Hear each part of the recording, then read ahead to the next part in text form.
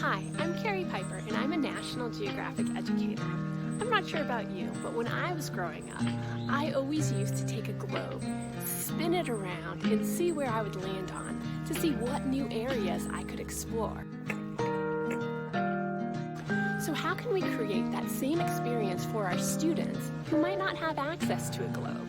As a Grosvenor Teacher Fellow with National Geographic in Lindblad Expeditions, I had the opportunity to circumnavigate Iceland.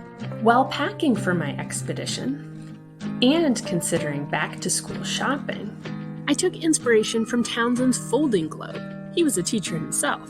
So using NASA imagery and a lot of time behind the computer, I created Piper's folding globe. Students can easily construct it with just 2 pieces of cardstock. I designed a series of lessons to guide students through the creation of their globe. They put it together.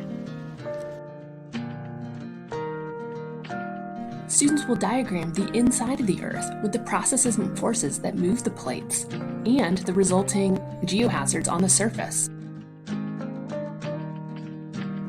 For the hydrosphere, students map ocean currents and rivers around the world. For the atmosphere, students map not only what's going on the surface, but also what's going on in the troposphere for our global winds. And finally, students put it all together with the global climates or biomes. So through these lessons, I hope your students understand more about the world, are inspired to explore it, and know that Earth is in their hands,